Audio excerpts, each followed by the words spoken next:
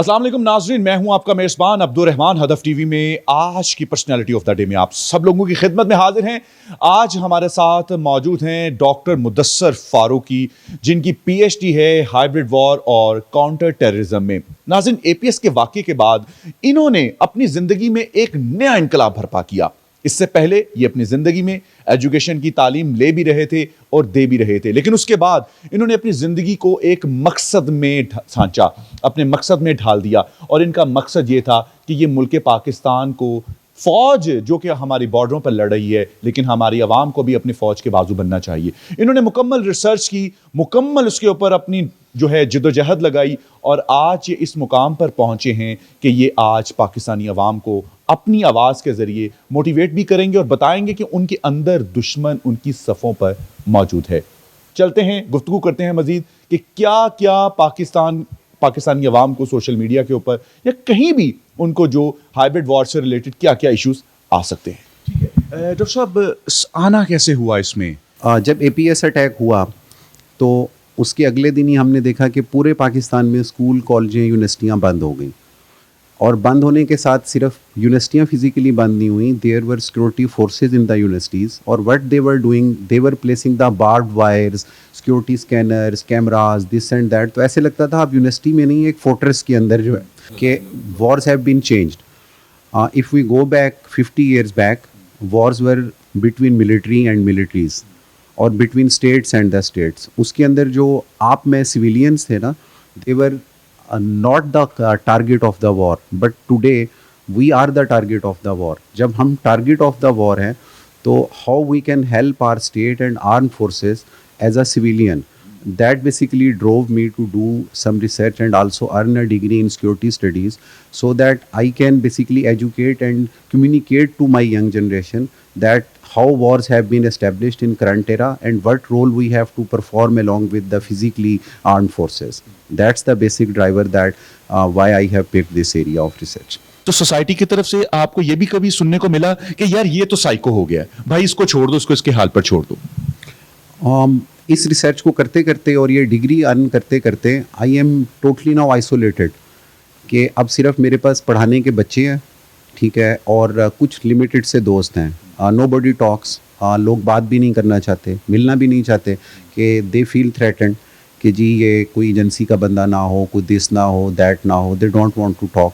और आप अपने एरिया ऑफ रिसर्च को इस तरह ओपनली बता भी नहीं सकते बहुत सारे फोरम्स पे। डॉक्टर साहब, बड़ा मुश्किल मरहला होता है, इंसान कोई नई चीज लेकर आए मार्केट में और उसके बारे में मोटिवेट करता फिरे लोगों को। तो सबसे पहला तो टास्क आपका यही है कि आपने वो कम्युनिटी जो आपकी बातें नहीं सुनना चाहती, डरती हैं, उनको आपने मोटिवेट करना है। तो इसके बारे में आपने क्या प्लानिंग की है?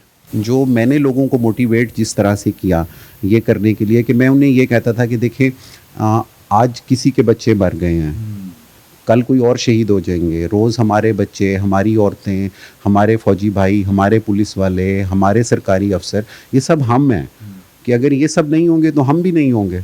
तो अगर ये सब की डेथ हो रही है, ये शहीद हो रहे हैं, तो हमें क्या रोल प्ले करना चाहिए? या हम बस टांग पे टांग रखेंगे, अच्छी रोटी खाएंगे, अच्छे घर में रहेंगे? हम क्या रोल प्ले करें? कि हमने ये अपने बच्चों को ये बताना है कि जो तुम्हें ये कह रहा है कि नहीं ये तुम जिहाद कर रहे हो, नहीं तुम ये कर रहे हो, हमने उसको बताना है कि भाई तुम क्या कर रहे हो। आवाम जो सोशल मीडिया की दिलदादा, उनको मालूम हो सके कि हमने सोशल मीडिया को यूज कैसे करना है। डॉक्टर साहब, कौन कौन से टूल्स हमारा दुश्मन इस्तेमाल करता है सोशल मीडिया के जरिए हमारे माइंड को चेंज करने के लिए, ब्रेन वॉश करने के लिए?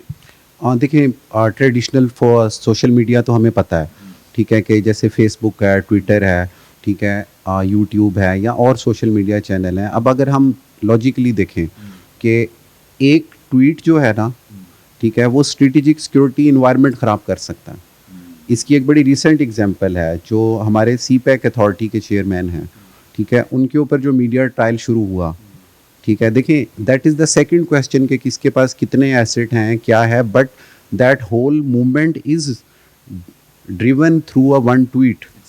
ये अब देखिए ये स्ट्रेटेजिक थ्रेट्स हैं कि जी एक ट्वीट, एक फेसबुक की पोस्ट, एक यूट्यूब का छोटा सा क्लिप जो है वो चीज़ों को चेंज करके रख देता है, ठीक है। तो हमने, जैसे मीडिया एथिक्स होते हैं, कि जी देखें आपने जो खबर नहीं देखी उसको रिपोर्ट नहीं करें, कि ये मीडिया एथिक्स है कि आप डिसइंफॉर्मेशन नहीं फैलाएं, कि जी अगर कोरोना 20 केसेस ही हैं तो आप 20 बताएं। आप सेंसिलाइजेशन फैलाने के लिए ये नहीं कहेंगे कि 200 केस हो गए, ये मीडिया एथिक्स है ना। तो हमें अपने बच्चों को सोशल मीडिया एथिक्स पढ़ाने पड़ेंगे, हमें उनको समझाना पड़ेगा कि जी तुम बहुत जल्दी जल्दी ये ट्वीट तो कर देते हो, उसको रीट्वीट भी कर देते हो कि जी ज़बीउल्लाह मुजाहिद ने अफ़गानिस्तान में उसके अकाउंट से एक पोस्ट चली कि जी हम अफ़गानिस्तान का मामला हल करने के बाद जो जिहाद है वो इंडिया में शुरू करेंगे और अपने मुसलमान भाइयों की वहाँ पे हेल्प करेंगे। अब ये 3-4 घंटे मैं ये ट्विटर पे देखता रहा कि कितनी इसकी मूवमेंट हो रही थी, किस तरह से ये इन्फॉर्मेशन ट्विटर से निकली, फेसबुक पे आई, यूट्यूब पे गई और एक पूरा इन्वायरमेंट सेट हुआ था। उसके थोड़ी देर बाद ज़बीउल्लाह मुजाहिद का जो ऑफिशियल ट्विटर अकाउंट था उसने उसका स्क्रीनशॉट लेके बताया कि जी this is a fake account, ठीक है। बट उसके 3 घंटे के अंदर 20,000 फॉलोअर्स भी हो गए, उन्होंने उसको कई दफ़ा रीट्वीट भी कर दिया। अब हमें लॉजिकली सोचना चाहिए उसका फ़ायदा किसको हुआ, क्योंकि कतर जो डायलॉग जो था, जो अफ़गान पीस प्रोसेस था, उसके अगेंस्ट तो दिल्ली है, ठीक है। अब ज़बीउल्लाह मुजाहिद भी यही कह रहा है कि मैं दिल्ली अटैक करने लगा हूँ, ठीक है, और दिल्ली ऑलरेडी अफ़गानिस्तान से अपना रोल ख़त्म होता देख रहा है, ठीक है। तो वहाँ पे क्या हुआ कि अब डिसइंफॉर्मेशन फैला दी गई ना। हमें चीज़ को पहले शेयर करने से पहले, उसको लाइक करने से पहले, उस पर कमेंट करने से पहले हमें उसकी क्रेडिबिलिटी चेक करनी चाहिए कि उसका फ़ायदा किसको हो रहा है। कि अगर हम हाइब्रिड वॉर की डेफिनेशन देखें, ठीक है, it is a combination of political warfare with cyber technologies and a war जो कि फ़िज़िकल नॉन फिज़िकल दोनों तरीके इस्तेमाल करेगी, ठीक है। अब जब इस वॉर के अंदर हमने कह दिया पॉलिटिकल वॉरफेयर भी है, ठीक है, उसमें हमने लोगों की आइडियोलॉजिकल अटैक्स करने हैं, उन पे उनकी आइडियोलॉजीज़ को चेंज करना है। जब से ही होश संभाला एक ही बात सुनते आ रहे हैं कि अब जो वॉर है, जंग है, वो सिर्फ एक बटन क्लिक करने की है। तो वो बटन अभी तक क्लिक क्यों नहीं हुआ? देखिए जी, जो बटन है ना, उसने तो जो ट्रेडिशनल वॉर्स है ना उसको कंट्रोल करने में बहुत सिग्निफिकेंट रोल प्ले किया है। कि एक तो प्रिंसिपल रहेगा ना कि जब एनिमी जब तक रहेगा जंग रहेगी। जब हमने कोई ऐसी स्ट्रेटजी में चले गए जिसमें हम खुद भी ख़त्म हो जाएंगे, एनिमी भी ख़त्म हो जाएगा, तो लड़ेंगे किससे उसके बाद। तो दैट्स वाई एक जनरल कंसेंसस है कि we will not move towards nuclear wars, कि फिर लड़ेंगे किसके साथ। लॉजिक में अगर हम देखें कि फिर तो बंदे ही नहीं बचेंगे ना। तो दैट्स वाई जब इंडिया पाकिस्तान भी ये बात करते हैं ना, तो दोनों को ये पता है कि जी जब भी हमने एक दूसरे पे न्यूक्लियर अटैक किया, सिर्फ दूसरी पार्टी नहीं इफेक्ट होगी, हम खुद भी इफेक्ट होंगे, कि हम बॉर्डर शेयर करते हैं एक दूसरे के साथ।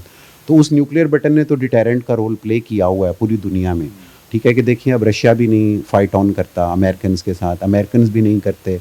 चाइना और अमेरिका का बहुत झगड़ा है, साउथ चाइना सी का इशू आपको पता है, ठीक है, वहाँ पर भी वॉर नहीं हो रहा। सिर्फ वर्ल्डली वॉर ज़रूर हो रही हैं, लेकिन ये न्यूक्लियर बटन ने बहुत सिग्निफिकेंट रोल प्ले किया है। बट इसने साथ एक नई चीज़ को जन्म दिया है, ठीक है, कि war will not be between armies. क्या इम्पैक्ट होंगे इसके मजीद? देखिए जी, जो 21st सेंचुरी वॉर है ना, उसकी जो टॉप पिलर पे बैठी है ना, वो है इंटेलिजेंस। कि आज की वॉर है इंटेलिजेंस वॉर्स। जो कंट्री जितना इंटेलिजेंस में क्विक है, रिस्पॉन्सिव है और उसके ऊपर एक्शन ले रहा है, ठीक है, वो कंट्री सक्सेस में जा रहा है। जो इंटेलिजेंस बेस नहीं है वॉर, ठीक है, वो कंट्रीज़ आगे ग्रो नहीं कर रहे इस फील्ड में। तो पाकिस्तान के लिए ये एक अच्छी जो पॉजिटिव बात है कि सिन 1970s हम वैसे तो सारी army he has grown up, but intelligence has dramatically grown up. उसकी एक बहुत बड़ी रीज़न है कि आर पार्टनर्स वर अमेरिकन्स, ठीक है। उनको चाहते ना चाहते हमसे intelligence equipments, intelligence techniques share करनी पड़ी, ठीक है। तो हमने खुद को भी ट्रेन किया, फॉरेन ट्रेनिंग भी ली, और अब क्योंकि हमारा ह्यूमन नेटवर्क इतना बड़ा है पूरी दुनिया में। यानी कि आपके कहने का मतलब है कि 9/11 पाकिस्तान के लिए पॉजिटिव साबित हुआ? और देखिए, ये बहुत बोल्ड स्टेटमेंट हो जाएगा कि 9/11 पाकिस्तान के लिए पॉजिटिव साबित नहीं हुआ।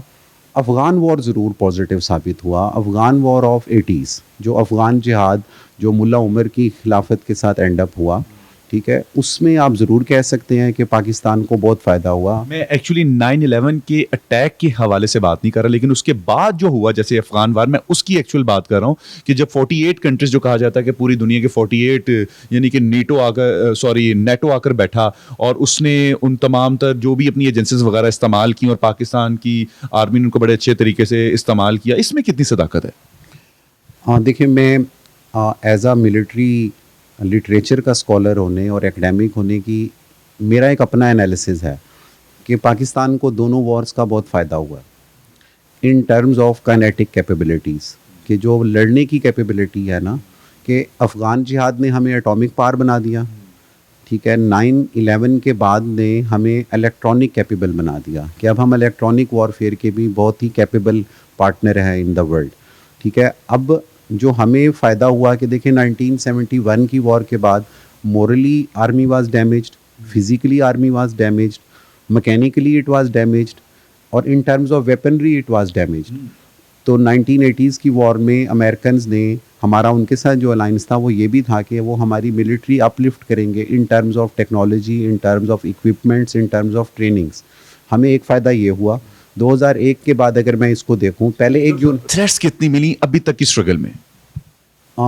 देखें, आपने वो जिहादी का वर्ड भी यूज़ किया। मेरा जो पीएचडी रिसर्च था ना, उसका एक पहला सवाल था कि आपके ख्याल में वो क्या रवैया है जो जिहादी टेररिज्म कहलाता है। तो इन माय रिसर्च मैंने शिया स्कॉलर, सुन्नी स्कॉलर्स का इंटरव्यू किया रिलेटेड टू जिहाद। अपार्ट फ्रॉम आर्मी मैन और पुलिस वालों के अलावा मैंने स्कॉलर्स का भी इंटरव्यू किया to clarify what is modern जिहाद, ठीक है। तो उसमें मुझे few people declared that you are doing some कुफ्र, और उन्होंने कहा कि अब तुमने दोबारा इस तरह की टर्मिनोलॉजी यूज़ की तो you will be met with a bullet, ठीक है। तो मैंने कहा यार देखें, ज़िंदगी मौत अल्लाह के हाथ में है, लेकिन अगर सच बोलने के ऊपर मरना है तो इट्स फाइन, कि इसका फ़ायदा किसी को तो होगा ना, ठीक है। तो इस तरह के थ्रेट ज़रूर हुए। और बाकी जो मैं वाइल डूइंग रिसर्च, मुझे पर्सनली ऐसे फील होता था कि मैं हर टाइम वॉच किया जा रहा हूँ, मेरी इंडिपेंडेंस थोड़ी सी डिस्टर्ब हुई हुई है, ठीक है। और जो इस सब का एक और बहुत बड़ा इफ़ेक्ट हो गया है ना, वो ये है कि अब मैं कॉन्टीन्यूसली हर टाइम पाकिस्तान की इम्प्रूवमेंट के बारे में सोचता रहता हूँ कि ये इश्यूज़ को कैसे सॉल्व हों। कि फॉर एग्ज़ाम्पल आप मे बी अभी नवाज शरीफ की रिसेंट तकरीरों को या बाकी लोगों की तकरीरों को किसी और एंगल में देख रहे होंगे कि इलेक्शन आने वाले हैं, बट मैं इसको वॉरफेयर के पैटर्न में देख रहा हूँ कि how this is becoming a warfare. देखें, APC अपनी कॉन्फ्रेंस करने लगी है कोयटा में। कोयटा ग्लोबली मशहूर हो गया है, ठीक है, बिकॉज ऑफ बलूचिस्तान। ये सब वहाँ पर इकट्ठे होंगे, ये ग्लोबल इमेज पोर्ट्रे करेंगे, अपने आप को ब्रांड करेंगे कि देखिए हम आर द पॉलिटिकल क़यादत ऑफ द कंट्री, ठीक है। लेकिन हमारे साथ क्या हो रहा है, ठीक है। तो वो इंग्लैंड में बैठ के इंटरनेशनल मीडिया के साथ इसके ऊपर बात करने लगे हैं, ठीक है। तो अब आप देखें कि इमरान खान तो उनका टारगेट नहीं है, ठीक है। उनका underlying target institutions of the state हैं। इंस्टीट्यूशन ऑफ ना स्टेट ने तो आपको मुझे नहीं कहते ना कि वोट डालें। अगर आप भी चाहते हैं कि आप इस गुफ्तगू का हिस्सा बने तो कमेंट बॉक्स में हमें अपनी राय का इजहार जरूर कीजिएगा। मुझे दीजिए इजाजत, अल्लाह हाफिज।